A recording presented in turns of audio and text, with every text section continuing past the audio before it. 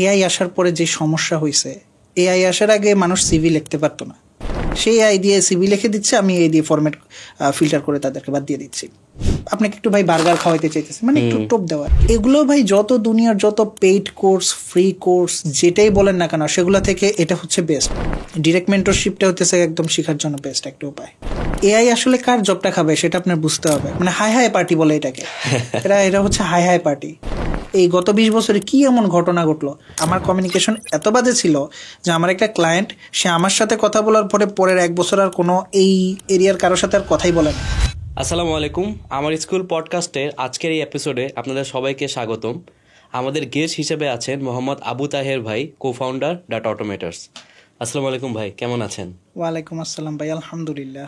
ভাইয়ের সাথে অনেকদিন ধরে কথা চলছিল যে কবে সময় পাওয়া যায়। আলহামদুলিল্লাহ, ফাইনালি আজকে আমরা ম্যাচ করতে পেরেছি।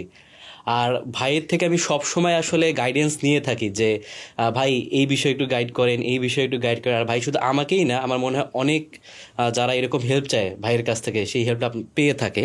তো আজকের এই পুরো সময়টা ধরে আপনাকে প্রচুর প্রশ্ন করব। আমার মনে হয় যারা অডিয়েন্স আছে তাদের অনেক প্রশ্নের উত্তর পেয়ে যাবে। তো ভাই, প্রথম বিষয়টা যেটা জানতে চাচ্ছি, কয়েকদিন আগে একটা ছবিকে ভাইরাল হয়েছিল যে অনেক শিক্ষিত বেকার আছে, যে ভালো ভার্সিটিতে পড়েছে কিন্তু আনএমপ্লয়মেন্ট রেটটা অনেক হাই। তো যেহেতু আপনি আমাদের এই ইউথটা নিয়ে অনেক কাজ করেছেন, আমাদেরকে নিয়ে আপনি অনেক জানেন যে আমাদের আসলে স্ট্রাগলটা কোথায়, আপনি আমাদের সিভি নিয়েছেন, তো আসলে সমস্যাটা কোথায়, কেন আসলে এতটা মানুষ বেকার আছে? আসল স্ট্যাটিস্টিক্স তো কেউ বের করতে পারতেছে না, কারণ দেখা যাচ্ছে কেউ রিমোট জব করতেছে, কেউ পড়াশোনা শেষ করে হয়তো বিদেশ চলে গেছে, কিন্তু অরিজিনাল যে স্ট্যাটিস্টিক্সটা আছে সেটা আসলে কেউ বের করতে পারতেছে না। রিসেন্টলি পাবলিশ হওয়া যেই জরিপগুলো আছে সেখান থেকে দেখা গেছে যে 2022 সালে 9 বছরের মধ্যে যে বেকারত্বের হার আছে সেটা প্রায় 3 গুণ বেড়ে গেছে। আচ্ছা, 3 গুণ বাড়ছে।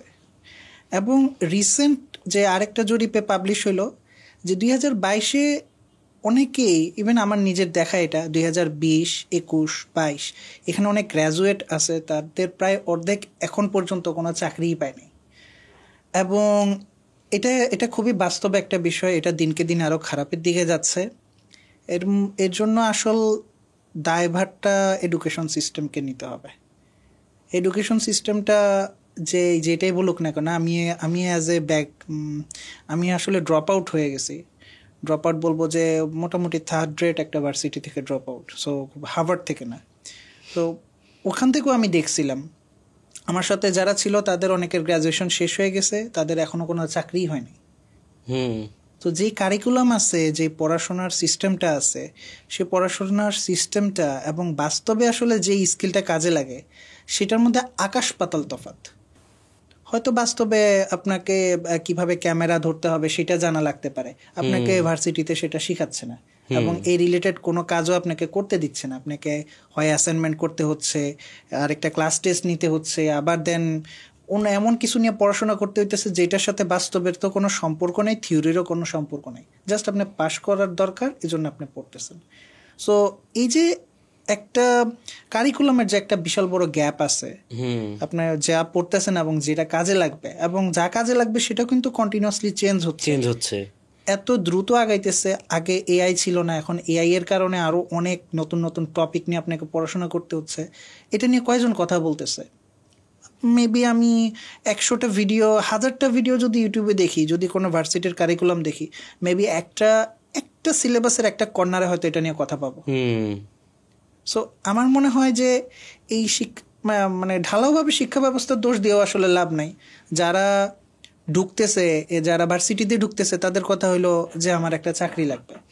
তারা চাকরি লাগবে এই চিন্তা করে পড়াটাও সেভাবেই পড়তেছে, আচ্ছা আমি যাইতেছি। এরপরে তারা ভার্সিটিতে যাচ্ছে, যাওয়ার পরে যেন মজা মাস্তি করতেছে, কারণ এখন না করলে আর কখন করবে, এখনই তো এনজয় করার সময়। তো মজা মাস্তি করতে করতে ভার্সিটির লাইফটাও শেষ, এখন কি করবে? আসলে এগুলোই মূল কারণ। যখন আপনি কোনো একটা জায়গায় আপনার এত সময় দিচ্ছেন এবং এতগুলো টাকা দিচ্ছেন, আপনার উচিত তাদের মাথা নষ্ট করে ফেলা যে আমি এখন আমার শিখা দরকার। ঘোরাঘুরি মজা মাস্তি তো করবেন, ঠিক আছে, কিন্তু জাস্ট একটু ইমাজিন করেন, এতগুলো টাকা দিচ্ছেন, এটা তো নষ্ট করার কোনো মানে নেই। সো এডুকেশন সিস্টেমের একটা বিশাল বড় ঘাটতি আছে এখানে, এবং যারা স্টুডেন্ট আছে তাদেরও এখানে আগ্রহের একটা বিশাল বড় একটা অভাব আছে। এটাই আমি মনে করি এই মুহূর্তের যেই অর্ধেকের মতো মানুষ বেকার, ফ্রেশ গ্রাজুয়েট। আসলে আমি এটা এগ্রি করি। আমি যখন বের হয়েছি আমার সময় যে সিলেবাসটা ছিল আমাদের ভার্সিটিতে এখন সেম সিলেবাসটাই আছে। তা আমার বের হওয়া 4-5 বছর হয়ে গেছে, কিন্তু সিলেবাসটা তখন যা ছিল এখনও তা আছে। আর এটা চেঞ্জ হওয়া খুবই ধীরে সুস্থে হয়, আর এখানে মানুষ উদ্যোগও নেয় না। আর সবাই জানে যে যারা বের হচ্ছে তারা কিন্তু এই সিলেবাসের জন্য জব পাবে না। আর সেজন্য দেখা গেল যে সবাই যে টপ সিবি যাদের সিজি তারাই জব পায় তা না, অনেকে আছে যাদের সিজিপিও তো ভালো না, কিন্তু তাদের কিন্তু জবটা অনেক আগে হয়ে যায়। তো এখন ভাইয়া যারা 3rd ইয়ার বা 4th ইয়ারে আছে বা যারা এখন বের হচ্ছে তাদের প্রতি আপনার সাজেশনটা কি? বা এমন হতে পারে সে এখন ভার্সিটিতে ভর্তি হচ্ছে, মানে তারা কিভাবে নিজেদেরকে আসলে প্রিপেয়ার করবে, যে আসলে তারা যেহেতু জানে যে কারিকুলামটা 100% না, তারা নিজেকে কিভাবে প্রিপেয়ার করতে পারে? সবার ফার্স্ট হচ্ছে ইন্টারন্যাশনাল যে ভার্সিটির কারিকুলামগুলো আছে, যদি হাতে সময় থাকে একটা স্টুডেন্টের উচিত ইন্টারন্যাশনাল কারিকুলামের দিকে তাকানো। নিজের ভার্সিটির কারিকুলাম এটা পাশ করার জন্য যতটুকু দরকার ততটুকু সে পড়বে, পাশ করবে। ইভেন পাশ না করলেও সমস্যা নাই, তার আলটিমেটলি এখানে গোল হচ্ছে এখান থেকে শিখে বের হইতে হবে। এবং যদি সে নন সিএসসি হয়, এখন যেটা অনেক বেশি হচ্ছে, নন সিএসসি হয়, তার ক্ষেত্রেও সেম ব্যাপার, যে সে ইন্টারন্যাশনাল যে ভার্সিটিগুলো আছে সেই ইন্টারন্যাশনাল ভার্সিটিগুলোর কারিকুলামের দিকে সে তাকাইতে পারে।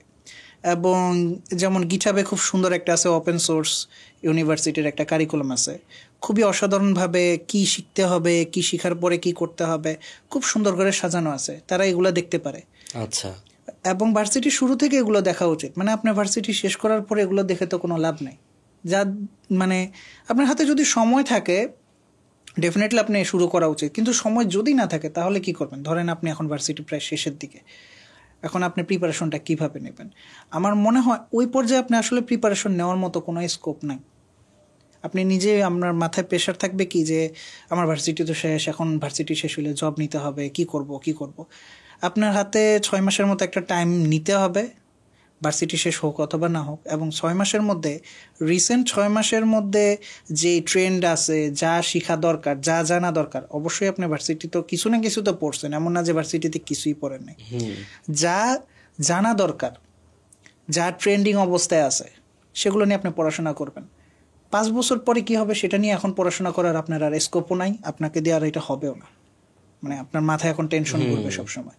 সো আপনি 6 মাসের একটা ছোট শর্ট প্রিপারেশন নেন, 6 মাস 1 বছর, দ্যাটস এনাফ। কিন্তু সবসময় মাথায় এটা রাখতে হবে যে আমার হাতে 6 মাস সময় আছে, এটা রাখতে হবে। সবাই মাথায় যে অ্যাকচুয়ালি ভুলটা করে যে আমার তো এখন গ্র্যাজুয়েশন শেষ হয়ে যাবে, আমার এখনই চাকরি লাগবে, বাসা থেকে প্রেশার দিচ্ছে, আমি এখন কিভাবে শিখবো? তোমার অনেক সময় আছে। 2020-এ পড়াশোনা শেষ করে এখনো চাকরি পাচ্ছে না 4-5 বছরে, সেই হিসাবে তোমার হাতে অনেক সময়। এবং একটা জিনিস বুঝতে হবে, সেটা হচ্ছে যে রিজিকের মালিক আল্লাহ। এই জিনিসটা আসলে আমরা আসলে বুঝার চেষ্টা করি না। আমরা চিন্তা করি কি, ভার্সিটি শেষ করছি, এখন আমাকে চাকরি পাই, মানে এখন চাকরি পাবো, এখন আমি আসলে চাকরি পাইয়েই যাব। অনেকে চিন্তা করে কি ভার্সিটি শেষ করলে চাকরি পাওয়া যাবে, মানে ম্যাজিকের মতো। এটা অসম্ভব। ভার্সিটি শেষ করলে সে চাকরি পাবে এটার কোনো গ্যারান্টি নেই। এখানে আল্লাহর উপর ভরসা রাখতে হবে, এবং যে হ্যাঁ ঠিক আছে, আমি আমার সর্বোচ্চটা চেষ্টা করতেছি, যেহেতু আমার সময়টা আমি হেলাফেলে নষ্ট করে ফেলছি, সামনের সময়টা যেন নষ্ট না হয়, সেজন্য আমি সিলেবাস ধরে আগানো শুরু করি, যেটা এখন কাজে লাগবে। থিওরিটিক্যাল জিনিসগুলো আপাতত একপাশে থাকুক, ওগুলা থাকুক, মেইন প্র্যাকটিক্যালের দিকে এখন ফোকাস করতে হবে। ওকে, এখন ভাই আপনি তো একটা কোম্পানির কো-ফাউন্ডার, আর দেখা গেল মানুষ আপনাকে অ্যাপ্রোচ করে যে ভাই আমার সিভিটা একটু দেখেন, বা আপনার হচ্ছে জব ইন্টারভিউ টুকটাক দেখা হয়েছে। তো আসলে এই সিভি অ্যান্ড জব ইন্টারভিউতে মানুষ আসলে কোথায় ভুলটা করে?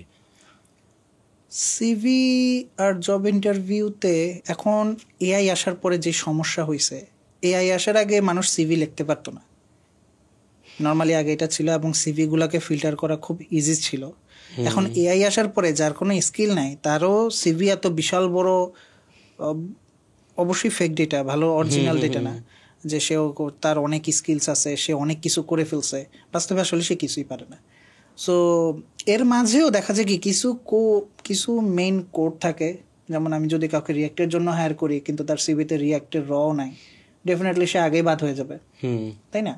এবং যদি দেখা যায় যে সবার সিভির ফরম্যাট একরকম, তাহলেও সে দেখা যাচ্ছে যে আমি বিরক্ত হয়ে বাদ দিয়ে দেবো। এমন না যে আমি ইচ্ছা করে বাদ দিচ্ছি যে না তার সিভির ফরম্যাট একরকম কেন, কিন্তু সিভির ফরম্যাট যদি একরকমের, মানে আমার যদি ফিল হয় প্রথম 5-10টা আমি দেখলাম, আমি হয়তো ধৈর্য রাখতে পারলাম, কিন্তু 100, 200, 300 সিভি যখন আমার উপর এদিক দিয়ে যাইতে থাকবে, আমি কিন্তু ধৈর্য হারায় ফেলবো এবং সে চেষ্টা করবো এআই বা অন্য কোনো ওয়েতে, সেই এআই দিয়ে সিভি লিখে দিচ্ছে, আমি এই দিয়ে ফরম্যাট ফিল্টার করে তাদেরকে বাদ দিয়ে দিচ্ছি। সো এটা তারা সিভিতে সবচেয়ে বড় ভুলটা করে কি, যে এআইকে এখন যেটা ভুলটা করে, এআইকে বলে যে তুমি আমার সিভিটাকে লিখে দাও। আরে এআইকে তোমার আগে পুরো লাইফের হিস্টোরি বলো, তুমি কি পারো না পারো, টোটাল জিনিসটা অরিজিনালি বলো। শুধু এআইকে লিখতে বলো না যে আমার সিভি এটাকে ইমপ্রুভ করো, না, এআইকে তোমার টোটাল লাইফের স্টোরি বলো, কোথায় ফেল করছো, কোথায় কি করছো, অ্যাকচুয়াল নাম্বারগুলো বলো, যে আমি এই সফটওয়্যারটা এইখানে ইমপ্লিমেন্ট করছি, এই ফাংশনটা এখানে ইমপ্লিমেন্ট করছি, এটার আগের স্পিড ছিল এতটুকু, এখন এটার স্পিডে এতটুকু বাড়ছে, মানে আমি এই কাজটা করার কারণে এই ঘটনাটা ঘটছে। খুবই স্পেসিফিক একটা জিনিস এগুলো, কিন্তু যখন আমি এআইকে ইনপুট দিব, এআইও আমাকে আউটপুটটা সেভাবে দেওয়া শুরু করবে। সো আমার রেটটাও অনেকটা বাড়বে। আর সিভিগুলো গণহারে সব জায়গায় সাবমিট না করে সবচেয়ে বেস্ট যেটা হবে, এটা সবচেয়ে বেস্ট আমি বলবো, যে কোম্পানিতে আমি অ্যাপ্লাই করব সেই কোম্পানির জন্য টেইলর করে আমার সিভিটাকে আপডেট করতে হবে। সো বিষয়টি এরকম, ধরেন আমি গুগলে অ্যাপ্লাই করব। সো গুগলে অ্যাপ্লাই করলে ডেফিনেটলি এটার জন্য হয়তো 6 মাস বা 1 বছর আমি প্রিপারেশন নেব, কিন্তু এখন আমার ইমিডিয়েট চাকরি দরকার, আমার মাথায় এটার কাজও করতেছে না, আমি যেই 10টা কোম্পানি পাইতেছি সব জায়গায় অ্যাপ্লাই করতেছি, বিকজ কম্পিটিশন অনেক হার্ড। কিন্তু বুঝতে হবে যে আমার মতো আরও 10 জন সেম কাজটা করতেছে, তো আমার উচিত কোম্পানিগুলো নিয়ে অ্যাকচুয়াল রিসার্চ করা, দরকার হলে এদের ওনার কারা আছে তাদেরকে খুঁজে বের করা, ওনারের ফ্রেন্ড কারা আছে তাদেরকে খুঁজে বের করা, তাদেরকে স্টক করা, তাদের মানে যেভাবেই পারি না কেন, এরপরে দেন কোনো না কোনোভাবে তাদের সাথে একটা মেবি একটা কফির আলাপ, মেবি যে কোনো যেটাই হোক না কেন, যে আমি আপনার সাথে একটু কফি খাইতে চাইতেছি, বা আপনাকে একটু কফি খাওয়াইতে চাইতেছি, বা আপনাকে একটু ভাই বার্গার খাওয়াইতে চাইতেছি, মানে একটু টোপ দেওয়া আর কি। এবং সে আসলে কি চায়, সে একটা ডেভেলপারের কাছ থেকে বা তার কোম্পানির এমপ্লয়ের কাছ থেকে কি চায় সেটা তার মুখ থেকে জেনে নেওয়া, রিকোয়ারমেন্টটা কি, কোন জিনিসটা হলে সে ইমিডিয়েট হায়ার করবে। ইভেন এমনও ঘটনা ঘটবে যে হয়তো আপনাকে ইমিডিয়েট হায়ার করে ফেলছে, আপনার সিভিই চায় না।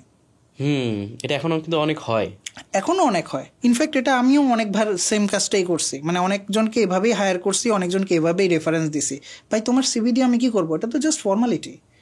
সো সিভিটা আমি তখন দেব, তাকেই দেব যার সম্পর্কে আমি খুব ভালোভাবে জানি। কারো রিয়াক্টের পজিশনের জন্য দরকার, আমার সিভি ভর্তি রিয়াক্ট আর রিয়াক্ট নিয়ে কথা থাকবে। কারো হয়তো ডটনেটের দরকার, আমার ভাই রিয়াক্টের কথাগুলো নিচের দিকে রাখবো, ডটনেট উপরের দিকে রাখবো। এবং প্রত্যেকটা কোম্পানির জন্য পজিশনের জন্য এমনভাবে সার্ভে করব যেন ওইটাই আমার, মানে ওখানে না হলে আমার হবেই না। সো এটা করলে আমার সিভিটা মোটামুটি অ্যাকসেপ্ট হওয়ার চান্সটা অনেক বেড়ে যাবে। এরপরে যাবো আমি ইন্টারভিউতে। ইন্টারভিউর ওইখানে যাবো, আমাকে সেম কাজ করতে হবে যে ইন্টারভিউর আসলে কীরকম, তার সম্পর্কে আমার টোটাল জিনিসটা জানতে হবে। কারণ একটা মানুষ ফেসবুকে মোটামুটি এখনকার সময় ফেসবুকে অনেক কিছুই দেখায় যে হ্যাঁ সে হয়তো কোনো একটা স্পেসিফিক খাবার পছন্দ করে, সে হয়তো কোনো একটা স্পেসিফিক ব্লেন্ডের কফি পছন্দ করে, কথার কথা সে হয়তো কোথাও ঘুরতে যাইতে পছন্দ করে, তার হয়তো সাইক্লিং ভালো লাগে। তো আমি যদি ইন্টারভিউর আগে পরে উপরে নিচে কখনো কোনো একটা জায়গায় তার সাথে ইন্টারভিউ টপিকের বাহিরে তার সাথে যদি সম্পর্ক তৈরি করতে পারি, তাহলে ইন্টারভিউর বোর্ডে যাইলে আমার জন্য খুব ইজি হয়ে যাবে। কারণ সে আমার জন্য অ্যাটলিস্ট একটু হইলেও পজিটিভ সেন্সে কথা বলবে, একটু সফট হবে, একটু হইলেও হবে। সো আমার ইন্টারভিউটা খুব ইজি হয়ে যাবে।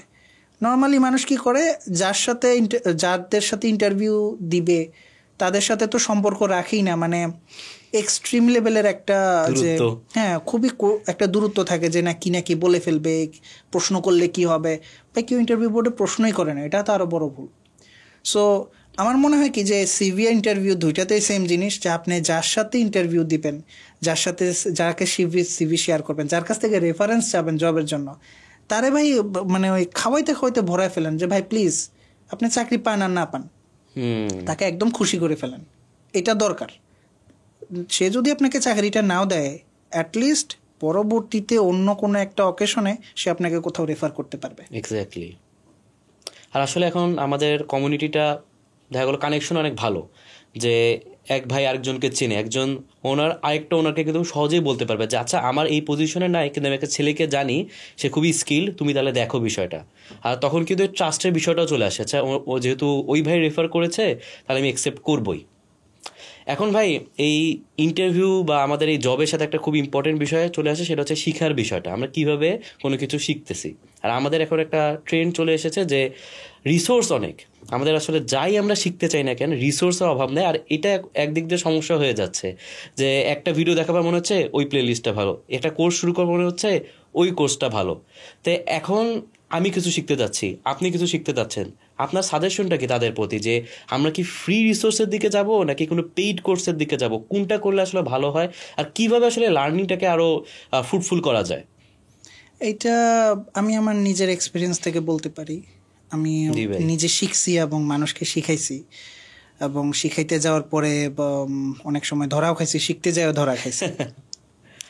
খুব ছোট একটা গল্প বলি।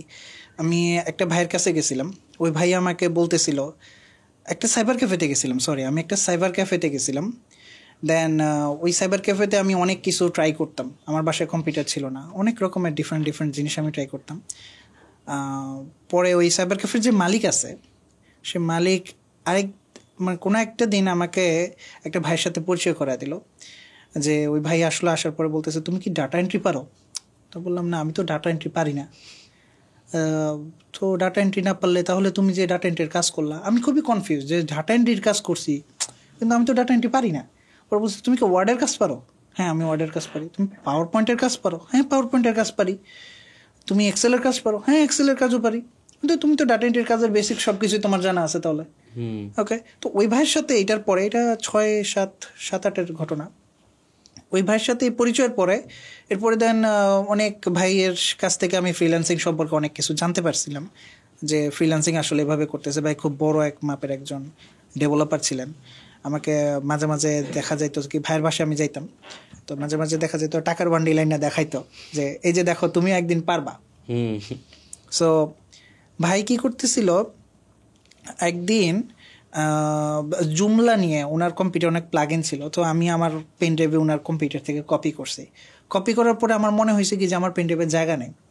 জায়গা নেওয়ার পরে এরপরে আমি আমার পেন ড্রাইভ থেকে এটা ডিলিট করে দিচ্ছি। তো ভাই পাশে থেকে এসে আমার খুব জোরে একটা মারছিল, ফাইল ডিলিট করে দিছি, তুই জানিস এগুলোর দাম কত? আমি বললাম আমি তো আমার পেন ড্রাইভ থেকে ডিলিট করছি। মাইক তো দিছে, ব্যথা করতেছে। তো এই ছোট জিনিসগুলো কিন্তু আসলে, আমি জাস্ট এটা কেন বললাম, ছোট ছোট ইন্টারাকশনগুলা আপনি কারো কাছ থেকে শিখতেছেন, কিছু করতেছেন, এগুলো ভাই যত দুনিয়ার যত পেইড কোর্স, ফ্রি কোর্স, যেটাই বলেন না কেন, সেগুলো থেকে এটা হচ্ছে বেস্ট, যদি আপনি কারোর সাথে থেকে শিখতে পারেন। এটা হচ্ছে একদম বেস্ট অফ দ্য বেস্ট। কিন্তু সবার আসলে এই লাক্সারিটা থাকে না, এটা সম্ভব না। কারণ একটা মানুষ কয়জনই শিখাবে এবং কয়জনের সাথে আপনি 1-to-1 সময়টা দিবেন, বা বিনিময়ে আপনি কি পাবেন? সো ইউটিউবের বিষয়টা দেখেন, ইউটিউবে সব পাওয়া যায়। আবার পেইড কোর্সের ভিতরেও দেখা যায় কি যে আপনি আসলে যে আশা নিয়ে ঢুকতেছেন সেটাও সবসময় হয়তো ফিল আপ নাও হইতে পারে। ইউটিউবটাকে আপনি বাফেটের মতো চিন্তা করতে হবে। বুফে খাবার আমরা খাই, বুফে খাবার খাইতে গেলে দেখবেন কি অনেক আইটেম। প্রথমবার যখন ঢুকার পরে লাইফে যদি প্রথমবার ঢুকেন, আমি আজকে সব খেয়ে ফেলবো, আপনি প্লেটে নিতে থাকতেছেন, বাস্তবে তো পারবেন না। একটু পরে এটাও একটু খাইছেন, এটা নষ্ট, ওইটা একটু খাইছেন, ওইটাও নষ্ট, সব একটু একটু করে নষ্ট করা শুরু করছেন, কোনোটাই কিন্তু খাইতে পারেন না। প্রথমবার এই ধরাটা আপনি খায় ফেলছেন। নেক্সট টাইম দ্বিতীয় তৃতীয়বার, এরপরের বার আপনি যদি কোনো বুফে পার্টিতে যান বা বুফে খাইতে যান, দেখবেন কি আপনি জাস্ট একটা বা দুইটা আইটেম নিতেছেন এবং ধাপে ধাপে নিতেছেন। আচ্ছা আগে মিষ্টি খাওয়া যাবে না, মেবি আগে এটাকে ঝালটা খাইতে হবে, দেন মেবি আমি মিষ্টিটা খাবো।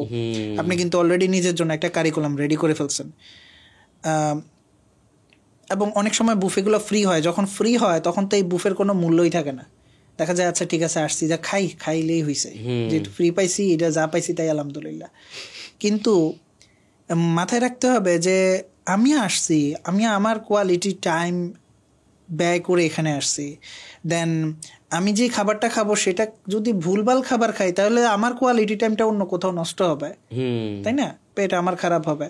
আমি যে এখানে খাবারটা খাইতেছি সেটা যদি ঠিকভাবে আমি ইনটেক না করতে পারি আমার সমস্যা হচ্ছে, তাই না? তো আলটিমেটলি ইউটিউবে যখন আমরা ভিডিও দেখতেছি শেখার জন্য, আমাদের উচিত হচ্ছে মোটামুটি একটু ফিল্টার করে করে শুরুতেই 100টা জিনিস শেখার জন্য না ঝাঁপায় পড়া।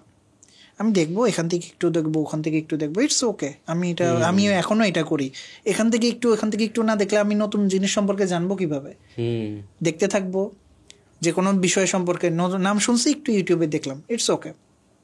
কিন্তু আমার মেইন যে টপিকটা আছে এই টপিক থেকে কখনো সরা যাবে না। মেইন টপিকটা সবসময় স্পেসিফিক থাকতে হবে। ওকে, আমি রিয়াক্ট নিয়ে শিখবো, আমি নেক্সট.js নিয়ে শিখবো, আমি মেবি এডিটিং নিয়ে শিখবো, হোয়াট এভার, যেটা আমি এটাই শিখবো, এইটার সাথে রিলেটেড জিনিসগুলো আমি শিখতে থাকবো। এবং মোটামুটি একটা বেসিক লেভেলের ধারণা যখন আমার হয়ে যাবে তখন আমি যাবো আচ্ছা ঠিক আছে যাই এবার পেইড কোনো কোর্স আছে কিনা। শুরুতেই পেইড কোর্সে ঝাঁপায় পড়বো না, বিকজ ওই পেইড কোর্স থেকে মেবি আমি সবটুকুটা উঠেও আনতে পারবো না। এটা খুবই স্বাভাবিক একটা জিনিস। আমার যে পেইড কোর্স, লাস্ট যে কোর্স ছিল, যেটা আমি আজকে সকালে স্ট্যাটাসে বলতেছি, 600 মানুষ ঝাঁপায় পড়ছে যখন বলছি এটা ফ্রি। 600 মানুষ মানে এটা খুব বিশাল একটা সংখ্যা না, বাট এটা আমার জন্য একটা ভালো সংখ্যা ছিল ওই মুহূর্তে। 600 মানুষ থেকে প্রথম অ্যাসাইনমেন্ট কমপ্লিট করছে 100 মানুষ, লাস্টের অ্যাসাইনমেন্ট কমপ্লিট করছে 10 জন মানুষ। জিনিসটা বুঝেন, যখন আমি বললাম এটা ফ্রি। কিন্তু ফার্স্টে 2020-এর দিকে এটা একটা ছিল, 19-20-এর দিকে একটা কোর্স, সেম ব্যাচটাই আর কি তখন ছিল, যে 20 জন বা 30 জন ছিল। এই 20-30 জনের ভিতরে মেবি 4-5 জন ছাড়া বাকি সবাই কন্টিনিউ করছে শেষ পর্যন্ত। আচ্ছা, সো এটা একটা কিন্তু খুব গুরুত্বপূর্ণ দিক ইন্ডিকেট করে। ওইটার কোর্স ফি অনেক হাই ছিল। এটা আমি বলছি যে এটা ফ্রিমিয়াম, মানে আপনি ফ্রিতে শুরু করবেন, শেষে আপনার পে করবেন। এবং এই মডেল কাজ করে নাই, মানে আমার জন্য কাজ করে নাই।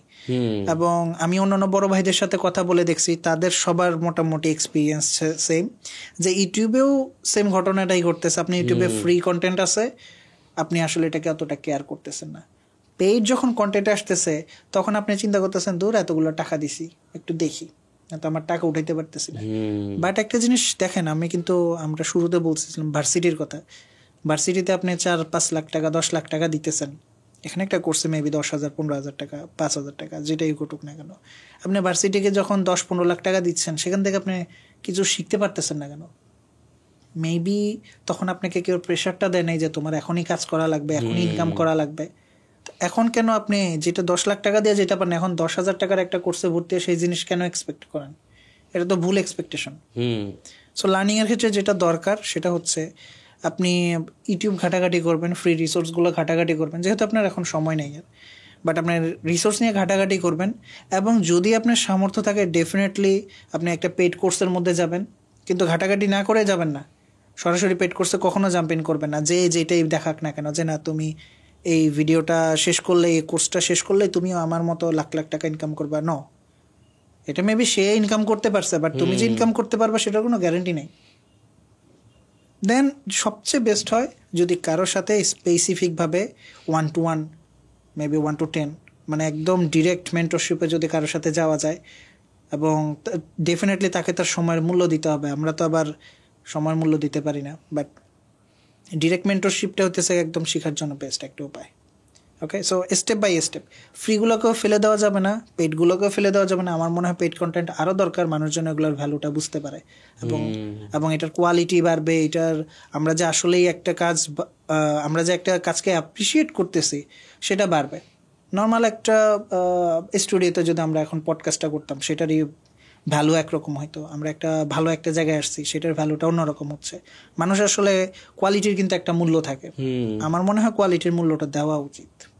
এক্স্যাক্টলি ভাই। আরেকটা বিষয় যেটা আমি দেখেছি, যে ফ্রি কোর্স আর পেইড কোর্সের মধ্যে যে অনেকে পেইড কোর্স শুরু করে দেয়, আচ্ছা রিয়্যাক্ট পড়াচ্ছে শুরু করে দিই, বাট 2 দিন পর দেখলো যে সে আসলে সেটা পছন্দ করতেছে না, আর এটা হইতেই পারে।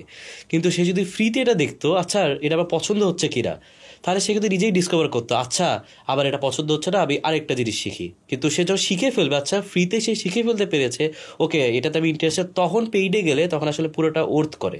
ডেফিনেটলি। ভাই আপনি তো আসলে এই যে শিখান, আলহামদুলিল্লাহ আপনি টিচার, আর হচ্ছে আপনি অনেক স্টুডেন্টদেরকেও দেখেছেন যারা হচ্ছে বিভিন্ন প্ল্যাটফর্ম থেকে কোর্স করছে, আমাদেরটাও একটা এডটেক কোম্পানি। তো আসলে এই ক্ষেত্রে আপনাকে যদি একটা ড্রিম এডটেক কোম্পানির কথা বলা হয়, যে কিভাবে একটা থাকা উচিত স্টুডেন্ট অ্যান্ড বোথ টিচার্স, বা পুরো প্ল্যাটফর্মটা কিভাবে রান করা উচিত, যেটা একটা স্বপ্নের মতো বলতে পারেন, যে কি হলে তাহলে আমাদের এত আনএমপ্লয়মেন্ট রেট সেটা কমতে পারে। অলরেডি এটা বলতে হবে যে আমাদের এডটেক কোম্পানিগুলো আমি পার্সোনালি মনে করি অনেক ভালো করছে।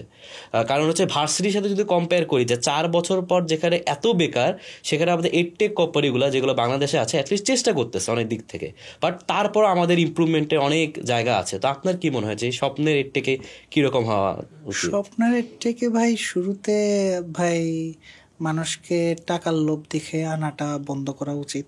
আচ্ছা, কারণ এটা এতই নর্মালাইজড হয়ে গেছে এখন যে মানুষ চিন্তা করে, কোর্স করার আগে চিন্তা করে আমি কত টাকা এখান থেকে উঠাইতে পারবো, কত ডলার কামাইতে পারবো, জব পাবো কিনা। ভাই আমি তো এখনো কোর্স শুরুই করি নাই, আমি কি কোর্স করার যোগ্য কিনা সেটাও দেখি নাই। এর থেকে আমার মনে হয় যেটা সবার আগে করা উচিত সেটা হচ্ছে এই টাকার লোভ দেখানো বন্ধ করা উচিত। এরপর হচ্ছে যে এখানে যে কন্টেন্টগুলো থাকবে সেগুলোর কোয়ালিটি হাই হইতে হবে। কন্টেন্ট অনেক না থাকুক, কন্টেন্টের কোয়ালিটি হাই হওয়া উচিত। মেবি একটা ক্লাস হচ্ছে, একটা থেকে যেন স্টুডেন্টরা আসলে কিছু শিখে যেতে পারে, নতুন কিছু শিখে যেতে পারে। মানে আমার আহামরি চেঞ্জ দরকার নেই। আমি যদি এখন আপনাকে 10টা পয়েন্ট বলি, 10টার ভিতরে একটাও হয়তো ইমপ্লিমেন্টেশন সম্ভব হবে না। মেবি আমরা একটার দিকে তাকাই, মেবি কোয়ালিটির দিকে তাকাই। শুধু কোয়ালিটির দিকে তাকাইলে আমার মনে হয় যেই রেটটা হবে, এখান থেকে মানুষ যেইটা শিখবে সেটা আসলে রিয়েল লাইফে কাজে লাগাইতে পারবে। শুধু কোয়ালিটির দিকে যদি আমরা ফোকাস করি, কোয়ান্টিটির দিকে ফোকাস করার রেজাল্ট তো আমরা অলরেডি দেখতেই পাইতেছি। গণহারে ভার্সিটি শেষ করছে, গণহারে বেকার, গণহারে কোর্স করতেছে, গণহারে বেকার। মানে কোর্স করার পরে যে দেখা যেতেছে কেউ কন্টিনিউ করতে পারতেছে না। মেবি 10-20% আসলে অ্যাকচুয়ালি সেটাকে অ্যাপ্লাই করতে পারতেছে। মেবি কোয়ালিটির দিকে আসলে ফোকাস করা উচিত। তাহলে দেখা যাবে কি যে এটা শুধু কন্টেন্টের কোয়ালিটিটা না, স্টুডেন্টের কোয়ালিটিও। গণহারে সবাইকে অ্যাডমিট না করে ফিল্টার করে অ্যাডমিট করা উচিত। ভার্সিটিতে যেমন অনেক ফিল্টারেশন থাকে, এক্সাম, এখানেও সেম ভাবে একটা এক্সাম থাকা উচিত। নাহলে দেখা যাবে কি যে আসলে কোনো কিছুই পারে না, যে হয়তো মেবি কম্পিউটার চালাইতে পারে না, সে চিন্তা করতেছে আমি আজকে তো রিয়াক্ট ডেভেলপার হয়ে 6 মাসের মধ্যে অনেক কিছু করে ফেলাবো। আবার দেখা যাচ্ছে যে কেউ হয়তো ওভার কোয়ালিফাইড, সে ভাবতেছে যাচ্ছে এই কোর্সটা করে আমি দেখি কতটুকু উঠাইতে পারি। আলটিমেটলি কোর্স শেষে সে ডিসঅ্যাপয়েন্টেড হয়ে গেল, আর এটা তো আগেই পারতাম, এটা তো বেসিক হয়ে গেল অনেক। বাট আমার মনে হয় কোয়ালিটি মেনটেন করাটা সবচেয়ে বেশি ইম্পর্ট্যান্ট, কোয়ান্টিটি না।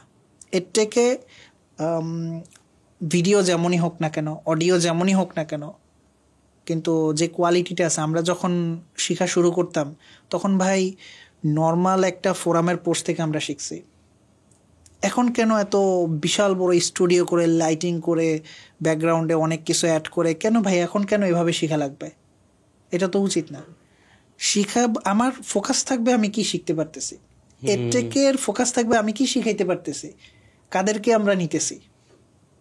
100 জনের ভিতরে যেন 90 জন আসলে শিখে ফেরত যাইতে পারে, এভাবে ফিল্টার করতে হবে। তো এভাবে করলে তো ভাই এডটেকের বিজনেস চলবে না। সো আমার মনে হয় এটা আসলে ড্রিমই রয়ে যাবে, এটা আসলে বাস্তব হবে না। বাট আমার মনে হয় এটা খুবই একটা ইম্পর্টেন্ট সাজেশন দিয়েছেন, যে কোয়ালিটিতে ফোকাস করা। আমরা যদি কোয়ালিটিতে ফোকাস করি তাহলে আসলে আউটপুটটা যখন আসা শুরু করবে তখন কিন্তু আসলে এটা সবাই দেখবে যে আচ্ছা বেবি সেই কোর্সে 100 জন ভর্তি হয়েছে, খুব বেশি সংখ্যা না, বাট 100 জনের মধ্যে এখন 90 জন একটা ভালো আউটপুট পেয়ে একটা ভালো এখন জব করছে বা কিছু করতে পেরেছে। এখন ভাই যখন স্টুডেন্টরা শিখে, আপনিও তো দেখেন যে একটা প্রশ্ন চলেই আসে এআই, যে গ্রুপ মানুষ আছে যে খুবই ভয় পায় যে ভাই এআই রিপ্লেস করে দিবে, তো আইদার তার এআই নিয়ে শিক্ষা শুরু করে দেয়, ভাই এআই শিখবো যাতে আমার প্রথম দিনেই আমাকে হায়ার করা হয় অলমোস্ট 50 লাখের স্যালারি দিয়ে।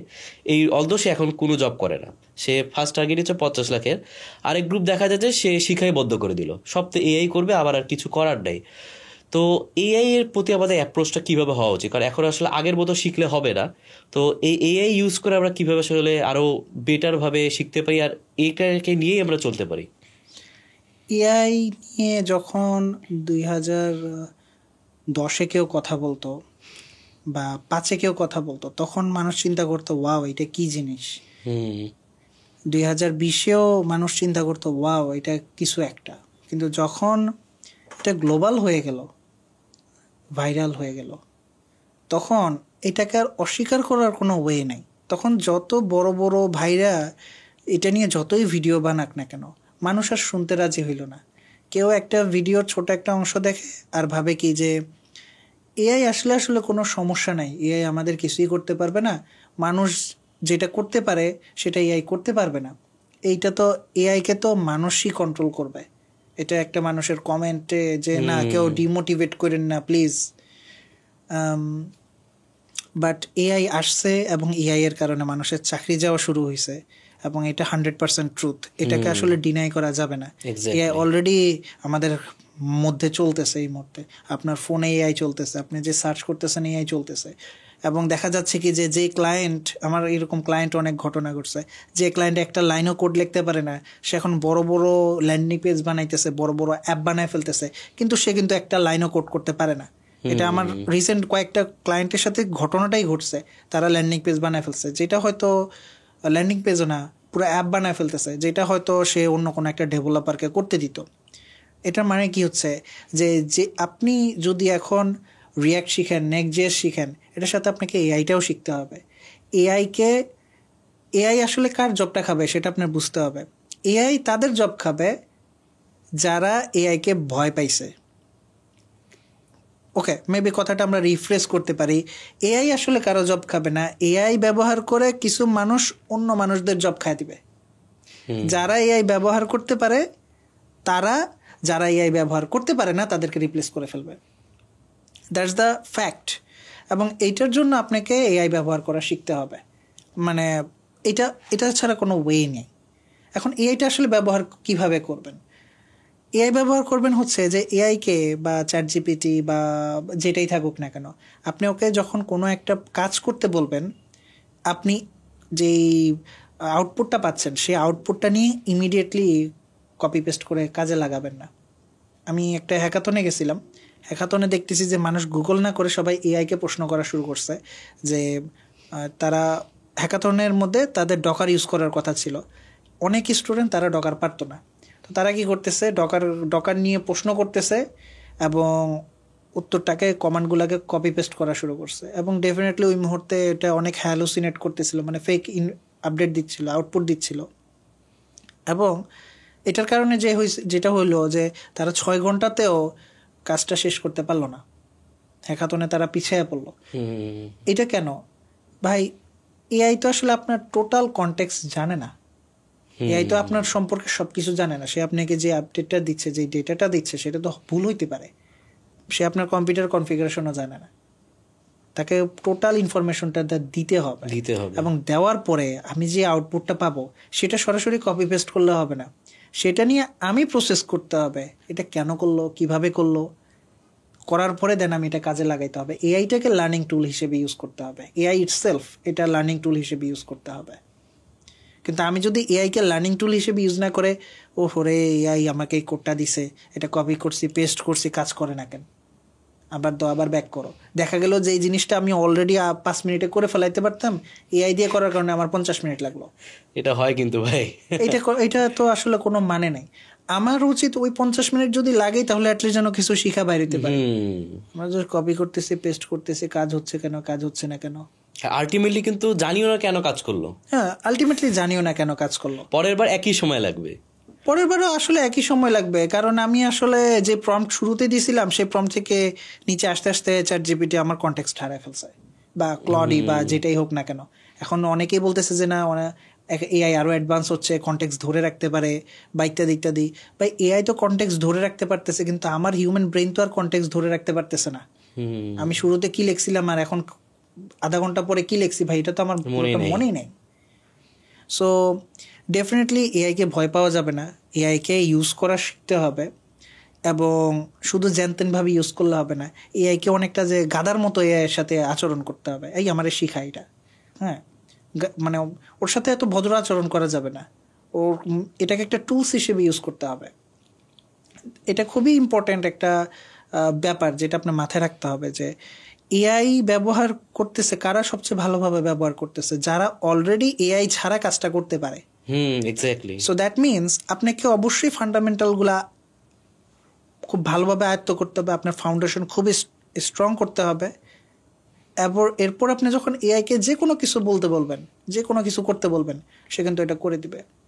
আর খুব ইম্পর্টেন্ট একটা পয়েন্ট হইল যে এমন স্কিলগুলোতে আপনি ফোকাস করেন যেটা আসলে এআই করে দিবে না। ফর এক্সাম্পল ধরেন এই ক্যামেরাটা এখান থেকে এখানে আসবে, এই ক্যামেরাটা এখানেই পজিশন হইতে হবে, এটা ভাই এআই এখনও করে দিচ্ছে না। মেবি এটা আজকে থেকে 10 বছর পরে হইতেও পারে।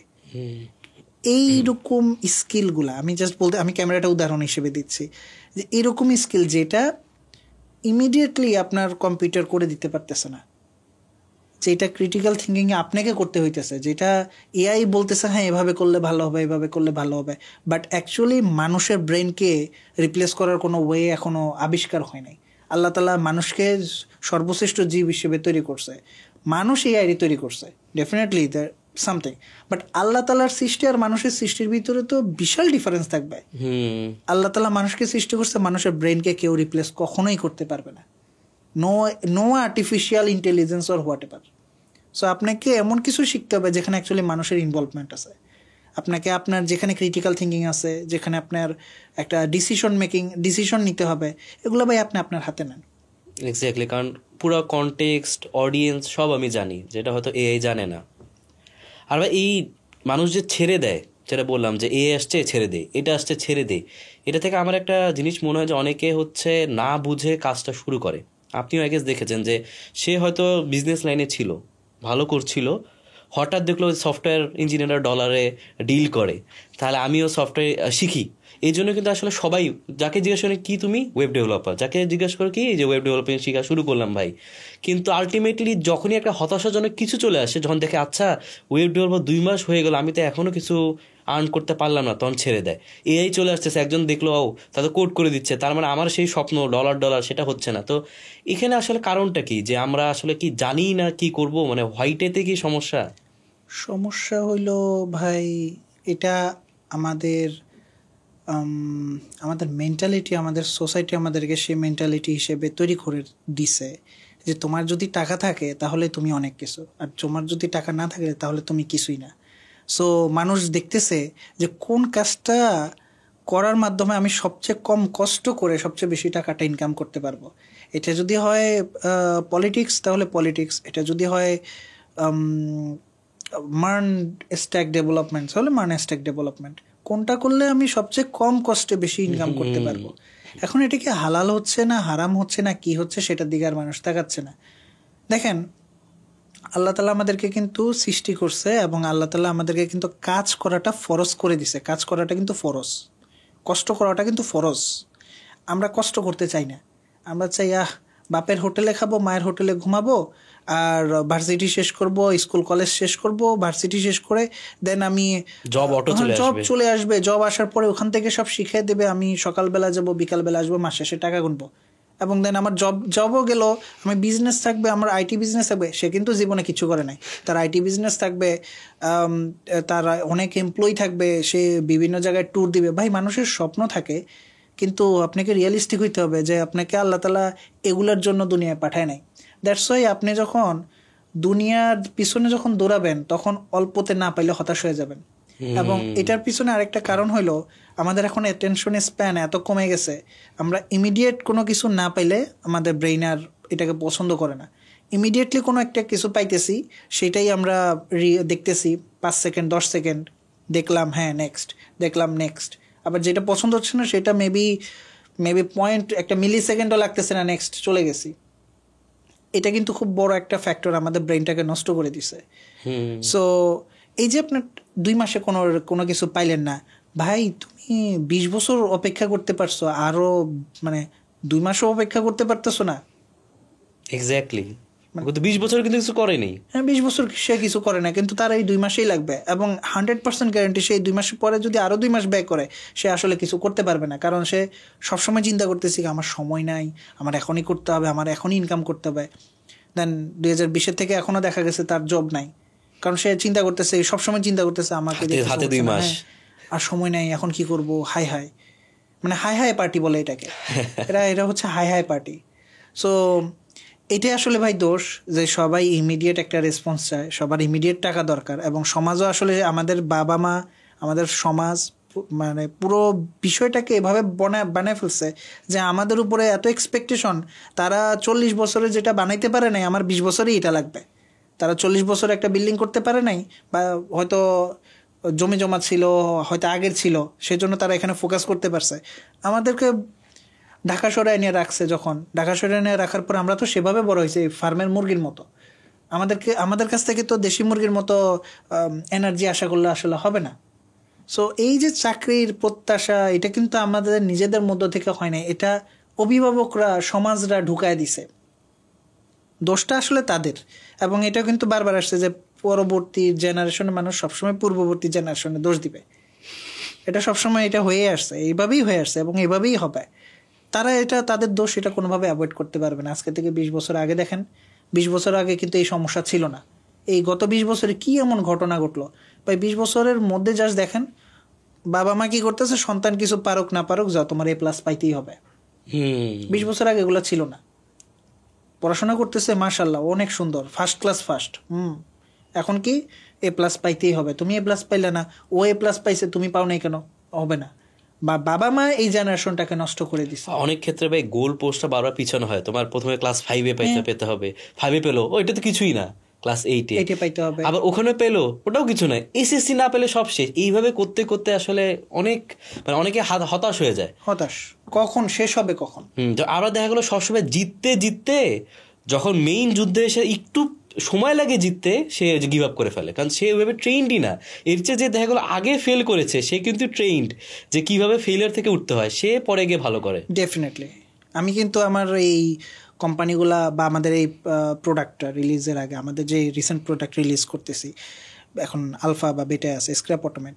সো এইটা রিলিজ করার আগে, এর আগে অনেকবার ফেল হয়েছে, অনেকবার ফেইল্ড হয়েছে, জাস্ট রিলিজ পর্যন্ত যাইতে পারি নাই। অন্য কোম্পানির জন্য করছি, তাদের প্রোডাক্ট সাকসেসফুল হয়ে যাচ্ছে, মানে আমি অন্য কোম্পানিকে ডেভেলপ করে দিচ্ছি, তারা প্রোডাক্ট লঞ্চ করে ফেলতেছে, নিজেরটা পারতেছি না, খুব দুঃখ লাগতেছিল। এবং এটা কিন্তু ফেলিয়ার হওয়ার কারণে কিন্তু আমি আস্তে আস্তে, আচ্ছা আগের বার এই ভুল করছিলাম, এখন এটা করা যাবে না, আগে এই জিনিস এভাবে বানাইছিলাম, এখন এটা করা যাবে না।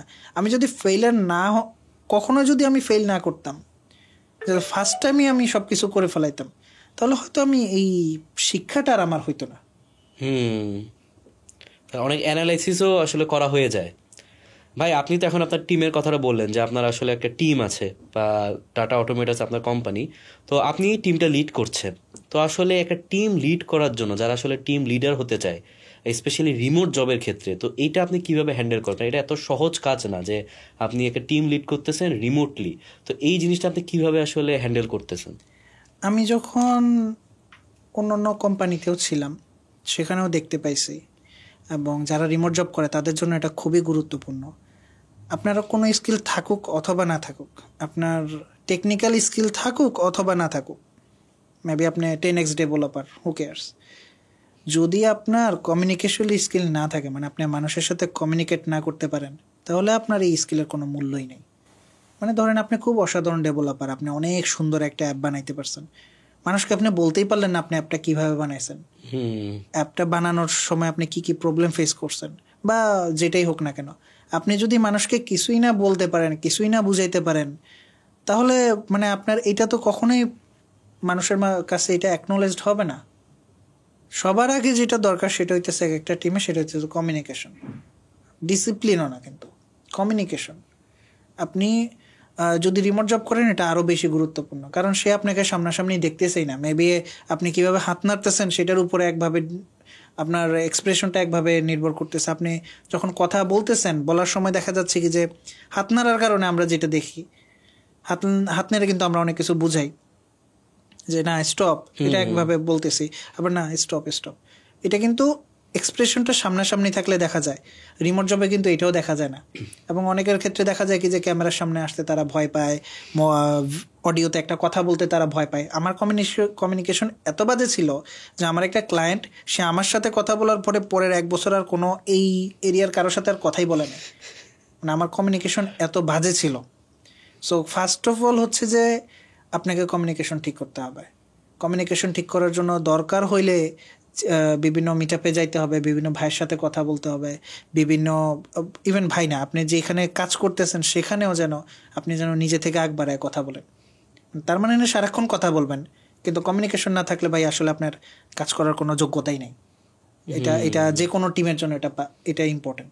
আপনি ভাই নিজে নিজে কাজ করার জন্য কিন্তু একটা টিমে জয়েন করেন নাই। টিম মানে হচ্ছে এখানে একটা টিম ওয়ার্ক থাকবে, এবং টিম ওয়ার্ক মানে হচ্ছে সেখানে আপনি অন্য টিম মেম্বারদের সাথে কমিউনিকেট করতে হবে। তারা ম্যাজিক্যালি যে মনের কথা জেনে যাবে না। কমিউনিকেশন স্কিলটা সবার আগে লাগবে। মানে অন্যান্য স্কিল আরও থাকে, যেটা অন্যান্য বড় ভাইরা ইন্ডাস্ট্রিতে বারবার বলে, সফট স্কিল এটা ওটা, বাট কমিউনিকেশন ইজ দ্য কি। ভাই কমিউনিকেশনের ক্ষেত্রে, রিমোট জবের ক্ষেত্রে আসলে কিভাবে আপনি মেনটেন করতেছেন আপনার যারা মেম্বার আছে তাদের সাথে আপনি কিভাবে কমিউনিকেট করেন? বা আপনি, কারণ আমি যতটুকু জানি যারা আছে আপনার তা অনেক ইয়ং, তা আপনি তাদেরকে আসলে কিভাবে গাইড করছেন যে তারা যাতে এই সমস্যাগুলো না পড়ে? সবার ফার্স্ট হচ্ছে আমাদের এখানে কয়েকজন মেম্বার আছে যারা যা বলেন খুবই ইয়ং, এবং তারা খুব সকালে উঠে কাজ করতে হয়। আচ্ছা, এটা কি আপনাদের কোম্পানির?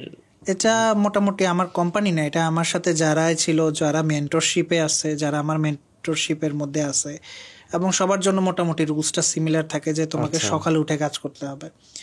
অন্যান্য সময় আমি নিজে এটা প্রবলেমটা ফেস করছিলাম যে আমি রাত জেগে কাজ করতাম, এবং রাত জেগে কাজ করার পিছনে একটাই কারণ ছিল, সেটা হলো আশেপাশের সব কিছু নীরব থাকতো, এটাই শুধু কারণ ছিল।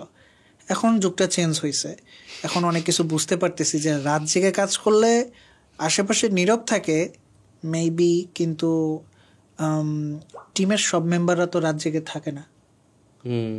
এবং আমি যদি সারা রাত জেগে কাজ করতে থাকি, তাহলে আমার যে ফ্যামিলি আছে, আমার যে আরও অন্যান্য অনেক কিছু আছে, সোসাইটি আছে, যা আছে, এদের সাথে আমার কোনো কমিউনিকেশন থাকবে না।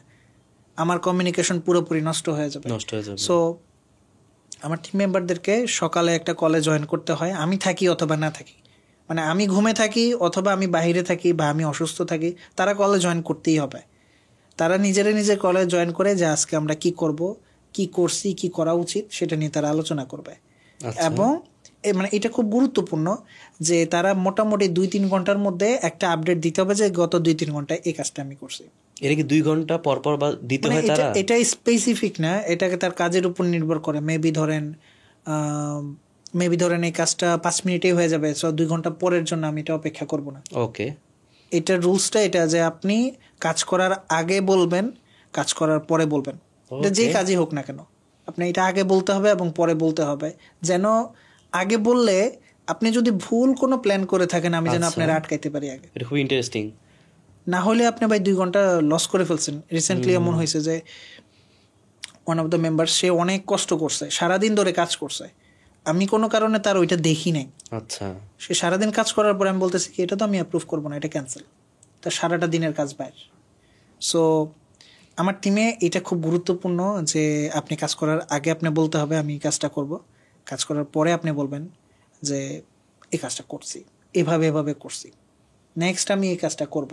এবং আমার এখানে যেই ইন্টারেস্টিং জিনিসটা, আমার এখানে একটা প্রত্যেক দিন যেটা হয় বা প্রতি সপ্তাহে যেটা হয় যে পরে কি করব সেটা নিয়ে আলোচনা হয়, প্ল্যান চেঞ্জ হইতে থাকে, প্লাস কিছু জিনিস এনফোর্স করা থাকে। আপনি অবশ্যই শিখতে হবে। মানে অন্যান্য টিমে কি হয় আমি জানি না, আমার টিমের রুলস হলে আপনাকে শিখতে হবে। এখন কি শিখবেন, এটা আমার টপিকের সাথে, আমার কাজের সাথে রিলেটেড যে কোনো একটা টপিক, এটা আপনাকে শিখতেই হবে। আমি আপনাকে বলবো না, আমি আপনাকে বলে দিব যে এই টপিকটা তোমার হয়তো মানে এটা শিখা লাগবে, অথবা আপনি নিজে থেকে বের করবেন, কিন্তু ডেইলি আধা ঘন্টা 1 ঘন্টা আপনাকে শিখতেই হবে। আচ্ছা, মানে আসছেন, এসেই কাজে জয়েন করছেন, জাপ দিয়ে পড়ছেন কোডে, এটা করা যাবে না। এটা করলে ইমিডিয়েটলি আমি চার্জ করবো আপনাকে যে আপনার কোডে বসতে বলছি, আপনি কাজ করতে বলছি আমি, আপনি তো কাজ করতে বলি নাই। আসেন, বসেন, ঠান্ডা মাথায় চিন্তা করেন কি করবেন কি করবেন না, দিন শেষে কি জিনিস ডেলিভারি দিবেন আমাকে। মানে অনেকে যেটা করে এসেই কাজে জয়েন করে, ধাপ করে এসে বসতে কোড করা শুরু করে দিছে। ভাই কমিউনিকেশন কই গেল, টিমের বাকি মেম্বাররা কই গেল, তারা কি বাইচে আছে না মারা গেছে দেখতে হবে তো। সো আমার টিমে এটা আমি ইনশিওর করার চেষ্টা করি যে তারা যেন অ্যাটলিস্ট আগে এবং পরে বলে। আর মাঝে মাঝে যেটা হয় যে টোটালি আনরিলেটেড, আপনার সাথে আমার কাজটা হয়তো আনরিলেটেড, আপনি আমার কাজটা রিভিউ করবেন যে এই কাজটা এইভাবে হয়। সো এইগুলাই হয়, মানে আলটিমেটলি ঘুরে ফিরে যেটা বললাম ভাই, কমিউনিকেশন ইজ দ্য কি। ভাই আপনি এখানেও একটা পয়েন্ট বললেন, কিছুদিন আগেও বলেছিলেন যে ডাইরেক্ট মেন্টরশিপ। তো আপনার কেউ যদি আপনার ডাইরেক্ট মেন্টরশিপ আন্ডারে থাকতে চায় বা কেউ আপনার সাথে কাজ করতে চায়, আমাদের অডিয়েন্সে মনে থাকতে পারে যে আপনার এই গাইডেন্সগুলো নিতে চায়, তার জন্য করণীয় কি? এটার জন্য আমি আসলে অনেক লম্বা ফিল্টার করি, লম্বা একটা ফিল্টারিং থাকে। কখনো কখনো সেই ফিল্টারিংটা 6 মাসও হয়ে যায়। রিসেন্টলি আমার এখান থেকে 200-250 মানুষ থেকে আমি মাত্র 2 জনকে পিক করতে পারছি, এবং আমার ফিল্টার করতে সময় লাগছে 6 মাস। 6 মাস কেন? সেটা হলো অনেকেই বলে যে ভাই আমি অনেক ইন্টারেস্টেড, আমি আপনাকে সময় দিব, আমি আপনি যা বলেন তাই করব। আমি বলি ঠিক আছে, ওকে, এই টাস্কটা করো। এই ধরেন অর্ধেক এখানেই হারায় গেছে, আর তার কোনো খবর নাই, ভাই সরি ভাই মনে ছিল না, করতে পারি নাই, ভুলে গেছি, ইত্যাদি ইত্যাদি। 6 মাস 1 বছর পরে আমি নিজে থেকে আবার নক দিলাম, ভাই, বা সে আমাকে নক দিল, ভাই কোনো অপরচুনিটি আছে নাকি। তখন আমি তার অতীত হিস্টোরিতে দেখি কি তার সাথে চ্যাট হয়েছিল কিনা, ভাই আপনার এই টাস্কটা দিছিলাম আপনি করছেন না, ভাই করতে পারিনি, আগেই মাইনাস করে দিছি তারে। মানে আমার সাথে কাজ করতে হইলে বা শিখতে হইলে আপনাকে আগে দেখাইতে হবে যে আপনি আসলে লেগে থাকতে পারেন। আপনি যদি একটু ওই যে আছে না যে অল্পতে ড্রপ আউট করে ফেলতেছেন, 2 মাস গেছে, 2 মাসও না, 6 মাস কিন্তু লম্বা একটা সময়। 6 মাস পরেও আপনি বাদ যাইতে পারেন, 6 মাস 1 বছর পরেও আপনি বাদ যাইতে পারেন, শুধু 6 মাস না, 1 বছর পরেও বাদ যাইতে পারেন। জাস্ট আমি ধৈর্য ধরে আপনাকে বিভিন্ন টাস্ক দিব। এবং ইনফ্যাক্ট রিসেন্টলি আমি অনেকভাবে সবাইকে বাদ দেওয়ার আগে যেটা করছি, ভাই আপনারা কখনো অনলাইনে অ্যাক্টিভ থাকবেন, তো ভোট দেন। তো কেউ ভোট দিছে 6টায় থাকবে, কেউ ভোট দিছে 9টায় থাকবে। আমি কিন্তু এগুলো প্রত্যেকটা জিনিস পয়েন্ট আউট করে লিখে রাখি যে আমি তারা এইটা বলছি, সে এইটা রিপ্লাই দিছে। তো দেখা গেছে কি কেউ ভোট দিছে সকাল 6টায় সে অ্যাক্টিভ থাকবে, দ্যাট মিনস এটা তো ডেফিনেটলি সে বলছে। এবং আমি কি করলাম, পরদিন বা 1 সপ্তাহ পরে আমি সকাল 6টা বা 7টায় এসে নক দিলাম যে ভাই আপনি কি অনলাইনে আছেন কিনা, সে অনলাইনে নাই, বাদ, মানে ইমিডিয়েট বাদ। পরে হয়তো ইয়ে করতে পারে, ভাই আমি অমুক কাজে ব্যস্ত ছিলাম। আমি তো তাকে মনিটর করতেছি কন্টিনিউয়াসলি। আপনি জিজ্ঞেস করেই নিছিলেন? আমি হইতে পারে ওই দিন তার ইস্যু ছিল, হইতে পারে। তাহলে তোমার ইস্যু থাকলে আমাকে আগে কেন বললো নাই? তোমার একটা ইস্যু থাকতেই পারে, যে কোনো একটা, ইলেকট্রিসিটি না থাকতে পারে, ইন্টারনেট না থাকতে পারে, আগে কেন বলো নাই? তুমি আমার ওই 6টা 7টা 9টা যেটা টাইমটা তুমি আমার দিছো ওই টাইমের মধ্যে বলবা, বা আগে বলবা যে আমি আসলে উপস্থিত থাকতে পারতেছি না। তুমি তো উপস্থিত ছিলে না, কিন্তু ওইখানে তো ঠিকই বড় বড় গলায় বলছো, ভাই আমি 6টা থেকে 7টা থাকবো, 6টা থেকে 9টা থাকবো, আমি আপনার জন্য সব করতে রাজি আছি, বা ইত্যাদি ইত্যাদি। কই সেটা? সো আমার এখানে আপনাকে ভাই লেগে থাকতে হবে, এবং কথা একটা দিলে ভাই কথা এটা রাখতে হবে, কথা এতবার চেঞ্জ করা যাবে না। 200 জনের ভিতরে 2 জন টিকছে।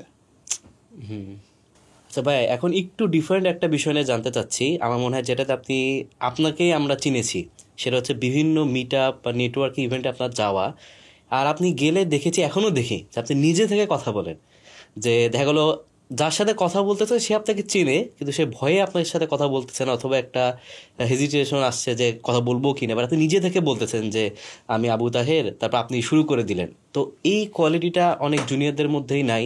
দেখা গেলো ইভেন্টে যায়, চুপচাপ একটা কোনায় বসে থাকে, মোবাইল স্ক্রল করে, তারপর চলে আসে, আউটপুটটা নিতে পারে না। তো আপনি যেহেতু অনেক ইভেন্টে যাওয়ার চেষ্টা করেন, আপনার কিভাবে আপনি নিজে ইউটিলাইজ করার চেষ্টা করেন যে একটা ইভেন্ট থেকে বেস্ট আউটপুটটা নেওয়া যায়? একটা ইভেন্ট থেকে যদি আপনি বেস্ট আউটপুট নিতে চান, তাহলে আপনি ইমাজিন করতে হবে, আপনি যেখানেই জিজ্ঞেসেন না কেন, ধরেন কোনো একটা ভাইয়ের কথা শুনতে গেছেন, ইমাজিন করতে হবে যে আপনি আসলে মেবি ভাইয়ের সাথে 1-to-1 কথা বলতেছেন। নিজেকে ওই জায়গায় দাঁড় করাইতে হবে, তাহলে আপনার মধ্যে অনেক প্রশ্ন তৈরি হবে। এটা জাস্ট ওই টপিকের জন্য বলতেছি। এটা যদি আপনার ওই টপিক অলরেডি জানা থাকে, মেবি আপনার ওই ইভেন্টে কোনো ইন্টারেস্ট নাই, আমি জানি না আপনি তাহলে ওইখানে কেন গেছেন, মেবি আপনি সেলফি তুলতে গেছেন যে না আমি তো ইভেন্টে গেছি। যদি সেটা হয় তাহলে আপনি ডেফিনেটলি সেলফি তুলতে পারেন, মানে গেছেন যেহেতু এটা উদ্ধার করলেন। বাট আমার মনে হয় একটি ইভেন্টে গেলে অ্যাটলিস্ট একজন নতুন মানুষের সাথে আপনার কথা বলা উচিত, যার সাথে হয়তো আপনি জীবনে কখনো কথাই বলেন নাই, অ্যাটলিস্ট একজন। আর একটা ইভেন্টে কোয়ান্টিটির থেকে কোয়ালিটিটা বেশি ইম্পর্ট্যান্ট।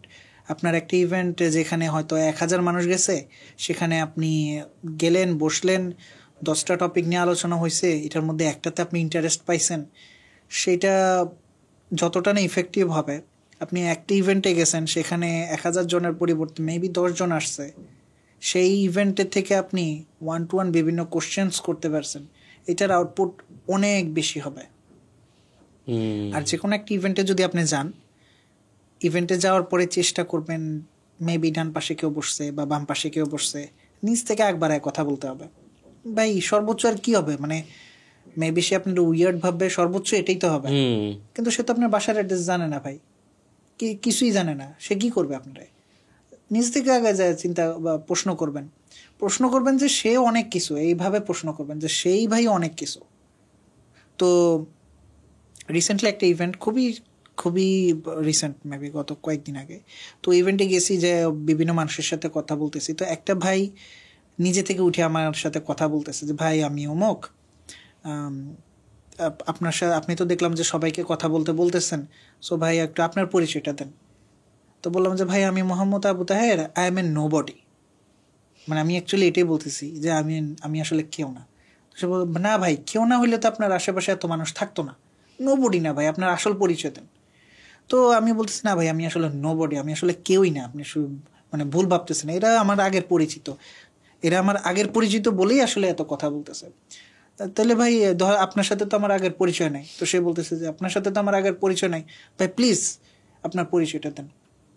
কথাটা বুঝেন, আমি চাইলে কিন্তু শুরুতে বলতে পারতাম ভাই আসসালামু আলাইকুম, আমি আবু তাহের, আমি প্রোগ্রামিং করি, মানে, কিন্তু আমি তার সাথে জাস্ট কথাটা বাড়ানোর জন্য, তার সাথে একটা মোমেন্ট ক্রিয়েট করার জন্য, যে যেন উনি মনে রাখে এবং যেন আমি মনে রাখতে পারি যে না ভাই তো এটা বলছিল, ভাই নিজে থেকে আগে এটা বলছিল, এরপরে আমি এটা বলছিলাম, জাস্ট একটা মেমোরেবল একটা এনকাউন্টার তৈরি করার জন্য আমি ভাইয়ের সাথে কথাটা দীর্ঘ করলাম। আপনি কোনো একটা ইভেন্টে গেলে চেষ্টা করতে হবে আপনি যেন কোনো একটা ভাইয়ের সাথে যদি কথা বলেন, তার সাথে কথাটা যেন একটু দীর্ঘ করতে পারেন। ধরুন আপনি কার সাথে সেলফি তুললেন, তখন দেখা গেল কি যে আচ্ছা ভাই একটা সেলফি তুলে শেষ, একটা সেলফি তুলছেন চলে আসছেন, সেও আপনার মনে রাখলো না, আপনিও হ্যাঁ ভাইয়ের সাথে একটা সেলফি তুলছি, বাট আপনি অ্যাকচুয়ালি তার সাথে কথা বলেন, সেলফির থেকেও হয়তো বেশি দামি কিছু পাওয়া যেতে পারেন। ঠিক আছে সেলফি তুলবেন, আমি সেলফি তুলতে নিষেধ করতেছি না, বাট মেবি তার সাথে কথা বলার কারণে আপনার লাইফের একটা ক্রিটিক্যাল একটা প্রবলেমের সলিউশন হঠাৎ করে আবিষ্কার হয়ে গেল। ভাইয়া আপনি তো হচ্ছে ওয়েব অটোমেশনে কাজ করেন, দেখা গেল আমাদের এই সফটওয়্যার ইন্ডাস্ট্রিতে যারা ভিডিও দেখতেছে তাদের মধ্যে অনেকেই আছে যে এই ফিল্ডটা সম্পর্কে জানে না, তো এটা আসলে প্রয়োজনীয়তা কি আর এটা আসলে কি, এই বিষয়ে যদি কিছু বলতেন, ওয়েব অটোমেশন। সো আমি যেটা নিয়ে কাজ করছি, ছোট থেকে যেটা নিয়ে কাজ করছি সেটা হলো ওয়েব অটোমেশন। এটা আমার কাছে খুবই অন্যরকম লাগতো, আমি কিছু একটা করতেছি অটোমেটিকলি হয়ে যাচ্ছে।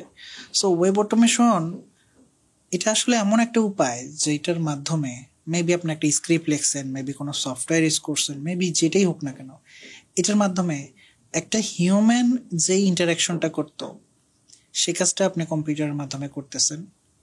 এটা হইতে পারে কোনো একটা ফর্ম ফিল আপ করা, কোনো একটা জায়গায় সাইন আপ করা, কোনো একটা ডেটা কালেক্ট করা, লগ ইন করছেন ওখান থেকে ডেটা কালেক্ট করতেছেন। সো ওয়েব অটোমেশনটা আসলে এটাই খুবই নর্মাল একটা জিনিস, যেটা হয়তো আপনার এটা যে আসলে ওয়েব অটোমেশন সেটা আপনি জানতেনই না, বাট এটা আপনি হয়তো অনেকবার করছেন, একদম নর্মাল একটা বিষয়। সো আমি একদম ফার্স্ট ওয়েব অটোমেশন নিয়ে কাজ করছিলাম হচ্ছে যখন আমি 8-9 সালের দিকে এটা ছিল। তো আমার আব্বুর একটা ওয়েবসাইট থেকে ডেটা কালেক্ট করে দেওয়ার কাজ ছিল। আচ্ছা, আমি অ্যাকচুয়ালি ওয়েব অটোমেশন না, সেখানে রোবোটিক প্রসেস অটোমেশন বলে, আরপিএ বলে এটাকে। আচ্ছা সেটা নিয়ে কাজ করছিলাম। ও অটোমেটিক, আমার আব্বু যেহেতু কম্পিউটার সম্পর্কে অত ধারণা ছিল না, আমি জাস্ট আব্বুকে এটা দেখাই দিয়েছিলাম, আপনি এখানে ডবল ক্লিক করবেন আর সে নিজে নিজে মাউসটা মুভ করবে, নিজে নিজে মাউস মুভ করে ফায়ারফক্স চালু করবে, দেন ওই ওয়েবসাইটে যাবে, যাওয়ার পর নির্দিষ্ট পেজে যাবে, যাওয়ার পরে স্ক্রোল করবে, যতগুলো সাব পেজ আছে সবগুলোতে একটা একটা করে যাবে, এবং ডেটাটা নেওয়ার পরে সেটাকে একটা মেবি একটা সিএসভি ফাইলের মধ্যে নেবে। সো এটা কিন্তু কাইন্ড অফ আপনি ডেস্কটপ অটোমেশন করতেছেন, ওয়েব অটোমেশন করতেছেন, ডেটা স্ক্র্যাপ করতেছেন, মানে জিনিসটা খুবই স্পেসিফিক যে তা না, একটা এটার সাথে অনেক কিছু রিলেটেড থাকতে পারে। এবং তখন আমি কাজটা করছিলাম, একটা ম্যাক্রো রেকর্ডার ছিল এবং সেখানে ডেটা প্রসেস করার জন্য পিএইচপি ইউজ করছিলাম। এটা আমার পিএইচপি অ্যাপ্লাই করার জন্য একটা ভালো একটা প্লেস ছিল, পিএইচপি নলেজটা আমি এখানে অ্যাপ্লাই করছিলাম। 7, 8, 9 হবে, এরকমই হবে, 8, 9, 10 এই টাইপের দিকে, যখন শেয়ার বাজারে 10 নামলো, তার আগে আগে আগের হবে, আগের ঘটনা এটা। সো তখন থেকে এটা নিয়ে কাজ করতাম। এখন তো এআই আসছে, আরো অনেক কিছু আসছে, জিনিসটা আরো স্মুথ হয়ে গেছে, অনেক রকমের টুলস আছে যেটা ব্যবহার করে আপনি ওকে বলে দিতে পারবেন, যাও তুমি একটা নির্দিষ্ট সময়ে এই ওয়েবসাইটে যাবা, যাওয়ার পরে এই ডেটাটা কালেক্ট করবা এবং মেবি জুম কলে জয়েন করবা আমার হয়ে, আমি ঘুমাবো। সো অটোমেশনের একটা খুব, অটোমেশন অ্যাকচুয়ালি ওয়েব অটোমেশন এবং স্ক্র্যাপিং, এটার কয়েকটা ভালো ইউজ কেস আমি বলে দিই। ধরেন আপনি একটা ফ্রন্ট এন্ডের ডেভেলপার, এখন আপনি ফ্রন্ট এন্ডের একটা বাটন তৈরি করছেন, বাটন তো যখন তৈরি করছেন, এটা বিল দিতে গিয়ে দেখা গেল কি যে এটা ঠিকই কাজ করে কিন্তু রেজিস্ট্রেশন কমপ্লিট হয় না। আচ্ছা, বাটন ঠিকই কাজ করতেছে কিন্তু রেজিস্ট্রেশন কমপ্লিট হচ্ছে না। তো আপনি যদি একটা অটোমেটেড টেস্ট লিখতেন, ও কি করবে, ও যখনই আপনি টেস্টটা রান করতেছেন আপনাদের ড্যাশবোর্ডে যাবে বা লগ ইন পেজে যাবে, যার পরে ফর্মগুলো ফিল আপ করবে এবং লগ ইন করবে বা সাইন আপ করবে বা অ্যাকচুয়ালি সবকিছু হইতেছে কিনা সেটা এনশিওর করবে। তাহলে কিন্তু আপনি যখন এটা নিয়ে কাজ করবেন, এটা যখন সাবমিট করবেন যে আমি এই কাজটা করছি, আপনি কিন্তু খুবই কনফিডেন্ট থাকতে পারবেন যে না এটা কাজ করে, আমার এই বাটন তৈরি করার কারণে অন্য কোনো কিছু ব্রেক করে নাই। আচ্ছা, সো যেটাকে অ্যাকচুয়ালি ইউআই টেস্টিং বলে, ইটুই টেস্টিং বলে, ইন্টু টেস্টিং এর জন্য অ্যাকচুয়ালি এটা খুবই ভালো একটা ওয়ে। অটোমেশন মানেই না যে আপনি শুধুই অটোমেশন করতেছেন, স্ক্র্যাপিং মানেই না যে শুধু স্ক্র্যাপিং করতেছেন, এগুলোর কিন্তু অনেকগুলো ইউজ কেস আছে। এবং এখন যত এআই যে এত ডেটা পাচ্ছে, এআই এত ডেটা কই পায়, এআই জানে কিভাবে এত ডেটা, ডেফিনেটলি সেই ডেটাগুলোকে স্ক্র্যাপ করে। মানে মানুষ কি ম্যানুয়ালি কপি করে পেস্ট করে এআই কে ডেটা ফিট করতেছে? ডেফিনেটলি না, সেই ডেটাগুলোকে ফিট করে। সো আপনি এখান থেকেও কোনোভাবে সরতে পারবেন না। ডেটাগুলো স্ক্র্যাপ করে কালেক্ট করে বিভিন্ন ওয়েতে, ডেটা সেট লিখে আপনি সার্চ দিলে পাবেন, প্রচুর ডেটা সেট আছে। এই ডেটাগুলো বিভিন্ন জায়গা থেকে কালেক্ট করা, বিভিন্ন ওয়েবসাইট থেকে কালেক্ট করা। সো অটোমেশনের কাজটা আসলে মূলত এগুলাই।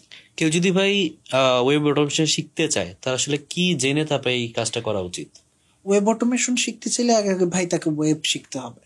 যেমন ওয়েব কিভাবে কাজ করে, ইন্টারনেট কিভাবে কাজ করে, মানে অনেকেই বেসিক না শিখে ওইখানে জাম্প করতে চায়। বাট ভাই আপনাকে ওয়েব কিভাবে কাজ করে, একটা ওয়েব অ্যাপ কিভাবে কাজ করে, HTML কি, সিএসএস কি, সিএসএস এর সিলেক্টরস গুলা কি, ডম কি, ডমের ট্রি কি, জাভাস্ক্রিপ্টের বেসিক্স যেগুলো আছে, যেগুলো ব্যবহার করে আপনি একটা ডমকে ম্যানিপুলেট করতে পারবেন, এই বেসিক জিনিসগুলো কিন্তু এগুলো খুবই বেসিক, কিন্তু এগুলাই কিন্তু লাগে। মানুষ এগুলো না শিখে সরাসরি অটোমেশন শিখতে চায় বিভিন্ন টুলস ব্যবহার করে। বাট আমার মনে হয় আপনি বিভিন্ন টুলস ঘাটাঘাটি করার, মানে এটা তো করবেনই, কিন্তু আগে আপনার HTML, CSS এবং জাভাস্ক্রিপ্টের বেসিকটা খুব ভালোভাবে শিখে ফেলতে হবে। এবং এরপরে আপনার খুব একটা ডিপ নলেজ প্রয়োজন, সেটা হচ্ছে যে আপনার ডম নিয়ে। আচ্ছা, মানে এটা কিন্তু HTML, CSS, জাভাস্ক্রিপ্টেরই একটা পার্ট, কিন্তু আলাদা করে বলতে কিন্তু ডম হচ্ছে এইটা আপনি যে অটোমেট করবেন, আসলে অটোমেট করবেনটা কি, কোন জায়গা থেকে আপনি ডেটাটা নেবেন? ডেফিনেটলি ডম থেকে নেবেন। যদি ডম না হয় তাহলে অন্য কোথাও থেকে নিচ্ছেন। এরপরে আপনার বিভিন্ন রকমের ডেটা প্রসেস করা শিখতে হবে। কখনো হয়তো আপনি একটা HTML থেকে ডেটা পাচ্ছেন, কখনো হয়তো আপনি CSS, কখনো হয়তো আপনার ডেটাটা আপনি নেটওয়ার্ক ট্যাব থেকে নিতে হইতেছে। অ্যাজাক্সের রিকোয়েস্ট কিভাবে আসতেছে যাইতেছে সেটা আপনি দেখতে হবে, ওয়েব সকেট কিভাবে কাজ করে দেখতে হবে। মানে আপনি অলরেডি একটা ওয়েব ডেভেলপমেন্ট করার জন্য আপনার যা স্কিল দরকার হয়, এখানেও সেই স্কিলগুলোই লাগবে। অতিরিক্তভাবে চিন্তা করা যায় যে হ্যাঁ আপনি যে এই স্ক্রিপ্টগুলো বানাইছেন সেগুলো রান করবেন কোথায়, মেবি কোনো একটা ওয়েবসাইট থেকে ডেটা কালেক্ট করতে গেছেন আর বট আপনাকে আটকায় দিছে, বট বলে আপনাকে আটকায় দিছে, সেই জিনিসগুলো কিভাবে ট্যাকেল দিবেন। এখানে লিগাল ইলিগাল কিছু ব্যাপার আছে, কোনো একটা ওয়েবসাইট থেকে ডেটা কালেক্ট করা হয়তো লিগাল নাও হইতে পারে, সেটা কিভাবে ট্যাকেল দিবেন। এটা ইলিগাল কোনো ডেটা কালেক্ট করার কারণে কোনো ইস্যুতে পরবর্তীতে পড়বেন কিনা সেগুলো নিয়ে আপনার রিসার্চ করতে হবে। সো মানে এক কথায় বলাও যাবে না যে এটা পুরোপুরি ভুয়া, এটা পুরোপুরি বাতিল, কারণ আপনি এআই ব্যবহার করতেছেন, এআই ডেটাটা কোথায় পাইছে। সো ডেটা কিভাবে কালেক্ট করা হয় সেটাও শিখতে হবে, ডেটা কিভাবে কালেক্ট করা প্রিভেন্ট করা হয় সেটাও শিখতে হবে আপনাকে। সো ওয়েব অটোমেশন শিখতে গেলে আপনার যে ওয়েব অটোমেশনের নির্দিষ্ট কোনো একটা সিলেবাস দেখে আপনি শিখবেন, বিষয়টা এটা না। ওয়েব অটোমেশন শিখতে গেলে আপনার ফ্রন্ট এন্ডের যে বেসিক জিনিসগুলো আছে সেগুলো শিখবেন, ব্যাক এন্ডের বেসিক জিনিসগুলো আছে সেগুলো শিখবেন, ডিপ্লয়মেন্টের কিছু জিনিস আছে সেগুলো শিখবেন, কারণ ডেটা কিভাবে ডিপ্লয় করা হচ্ছে এবং সেই ডেটা আপনি কিভাবে কালেক্ট করতেছেন, কিভাবে ফাস্টার পেজটাকে লোড করা যাচ্ছে, কি প্রক্সি ব্যবহার করলে কি হচ্ছে, ভিপিএন ব্যবহার করার কারণে কি হচ্ছে, নেটওয়ার্কিং এর কারণে কি হচ্ছে, এগুলো প্রত্যেকটা জিনিস কিন্তু আপনার কাজকে ইম্প্যাক্ট করবে। সো এইসব জিনিসের বেসিকগুলো জানতে হবে, এরপরেই আপনি কেবল আর ওয়েব অটোমেশনের পরের যে ধাপগুলো আছে ওগুলো আপনি ইজিলি শিখতে পারবেন। অনেক ধন্যবাদ ভাই। আমরা আমাদের পডকাস্ট একদম শেষ পর্যায়ে চলে এসেছি। তো এখানে একটা জিনিস বলতে চাই, সেটা হচ্ছে আপনি যে সাজেশনগুলো দিলেন অনেকটাই কিন্তু হচ্ছে আমাদের সুন্নাহ লাইফস্টাইলের সাথে ম্যাচ করে অটোমেটিক ভাবে। যেমন আপনি বললেন যে রাতে না জেগে থাকা, আমরা কিন্তু অনেক এক্সপেরিমেন্ট করে আসলে ফাইন্ড আউট করি যাচ্ছে এইভাবে কাজ হচ্ছে, আর তারপরে দেখি আসলে এটা হচ্ছে যে আমাদের যে সুন্নাহ লাইফস্টাইল এইভাবে যদি ইসলামিকলি আমরা চলতাম আমাদের এত এক্সপেরিমেন্ট করা লাগতো না।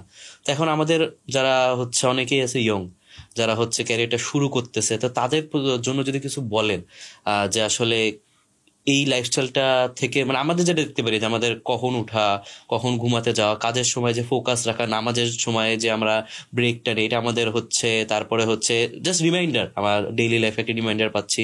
পুরো লাইফস্টাইলটা, এমনকি আমাদের সময় নষ্ট করার স্কোপটাও নাই কিন্তু, যে মুভি দেখে আমরা 3-4 ঘন্টা কাটিয়ে দিব। তো এখানে আসলে আপনার ভাই যদি কোনো মেসেজ থাকে। ডেফিনেটলি যেসব ভাইরা খুবই ধার্মিক তাদের সাথে কাজ করে আপনি একটা মজা পাবেন, সেটা হলো যে তাদের মধ্যে 2 নাম্বারিটা অনেক কম থাকে। খুব ধার্মিক বলতে এটা যে সে হুজুর, বিষয়টা এটা না, সে অ্যাকচুয়ালি ধার্মিক, কারণ তার মধ্যে আল্লাহর ভয়টা আছে, এবং যার মধ্যে আল্লাহর ভয় আছে তার টাইম টেবিলটা ডেফিনেটলি আল্লাহ তালা কিভাবে, যেই টাইম টেবিলটা দিলে আল্লাহ তালা পছন্দ করবে সেটার সাথে ম্যাচ করবে, এবং তার যে কমিটমেন্ট সে কমিটমেন্টটা খুবই স্পেসিফিক হবে এবং সে কমিটমেন্ট রাখার চেষ্টা করবে। আমি বলতেছি না যে আমি খুবই ধার্মিক মানুষ, আমি এটা বলতেছি না, আমি জাস্ট বলতেছি যে এখনকার অনেক ইয়াং ভাইরা আছে যারা নিজেরাও ধার্মিক, নিজেরাও একটু রিলিজিয়াস, এবং তারা এই সেক্টরে আসতে চাইতেছে বা আসার সময় একটু ভয় কাজ করে, ভাই আমি কি হালাল হারাম বাজ বিচার করে থাকতে পারবো কিনা। ডেফিনেটলি এটা অনেক কঠিন কাজ। এখনকার সময়ে হালাল হারাম বেছে এবং পুরোপুরি সুন্নাহ বেছে কাজ করাটা খুবই কঠিন, কিন্তু এই কঠিনের মধ্যে দিয়ে আপনাকে আগাইতে হবে, এটাই আপনার জন্য এখন পরীক্ষা। আর খুব কঠিনভাবে না নিয়ে আপনি যদি চিন্তা করেন জাস্ট আমি আমার কথা দিয়ে কথা রাখতে পারতেছি কিনা, জাস্ট যদি এই একটা জিনিস আপনি এনশিওর করতে পারেন তাহলে বাকি সবকিছু ইজি হয়ে যাবে। যেমন আপনি নিজেকে নিজে একটা কথা দিলেন যে আমি, যেটা অনেকেই বলে ভাই আমি কালকে থেকে ভালো হয়ে যাব, ভাই আপনি আসলে কথা দিয়ে কথাটা কালকে রাখতে নাও পারেন, এখন থেকে ভালো হয়ে যাব। সো আপনি জাস্ট অ্যাজ এ মুসলিম হিসেবে আপনার যেটা দরকার সেটা হচ্ছে ভাই আমি কথা দিয়ে কথা রাখাটা, বাকি সবগুলা ভাই ন্যাচারালি চলে আসবে আস্তে আস্তে। অসংখ্য ধন্যবাদ ভাই। আমার মনে হয় যেই ব্যক্তিরা পডকাস্ট শুরু থেকে দেখলো তার অনেক কিছু শিখার আছে, আর যারা দেখেছে তার মানে তারা অবশ্যই ট্রু লার্নার আমরা বলতে পারি। কারণ এখন আসলে আপনি যেটা বললেন যে অ্যাটেনশন মানুষের এত কম, 5 মিনিট 6 মিনিট এই পডকাস্টটা দেখবো, ওটার একটা দেখবো, বাট এটা একদম যারা শুরু থেকে শেষ পর্যন্ত দেখলো তাদের জন্য যদি আপনাকে এন্ডিং স্পিচ দিয়ে শেষ করতেন ভাই। তো অনেক ধন্যবাদ আপনারা যারা এত লম্বা সময় ধরে ভিডিওটা দেখছেন। যদিও আমার মনে হয় সংখ্যাটা অনেক কম হইতে পারে, বাট যারা দেখছেন তাদেরকে অনেক ধন্যবাদ। এবং আমি মনে করি যে আপনারা যদি পারেন চেষ্টা করেন রিলস দেখা অফ করে দিতে। যদি রিলসটা দেখা আপনারা অফ করে দেন তাহলে এইরকম লম্বা লম্বা ভিডিও দেখে আপনাদের কাছে বোরিং কোনোভাবেই আর ফিল হবে না, অ্যাটেনশনটা কোনোভাবেই আর নষ্ট হবে না, অ্যাটেনশন স্প্যানটা কোনোভাবেই আর কমবে না। জাস্ট একটা যে রিলস দেখা যদি আপনারা কোনোভাবে অফ করে দিতে পারেন, চোখের সামনে রিলস আসলো, এটাকে কোনোভাবে কেটে দিয়ে চিন্তা করবেন, এই সময়টা একটু ভালো কাজে ব্যয় করি, মেবি কোনো একটা জিনিস শিখলাম। কারণ আপনি রিলস দেখে 3 ঘন্টা সময় ব্যয় করবেন, সেটাও 3 ঘন্টা। আর এরকম একটা পডকাস্ট আপনারা দেখবেন শুনবেন, সেটাও কিন্তু হয়তো 2 ঘন্টা 3 ঘন্টা। সো আপনি আপনার টাইমটাকে কিভাবে কাজে লাগাইতেছেন সেটা খুব গুরুত্বপূর্ণ বিষয়। আলটিমেটলি এটাই বলবো যে আপনি নিজের সময়কে আসলে ভ্যালু করা শিখেন। আমরা মানুষ হিসেবে নিজেদের সময় আসলে ভ্যালু দিই না। নিজেদের সময় ভ্যালু দেওয়াটা একটা মানুষের জন্য খুব গুরুত্বপূর্ণ ব্যাপার। অসংখ্য ধন্যবাদ ভাই, জাযাকাল্লাহু খাইরান। আসসালামু আলাইকুম। ওয়ালাইকুম আসসালাম।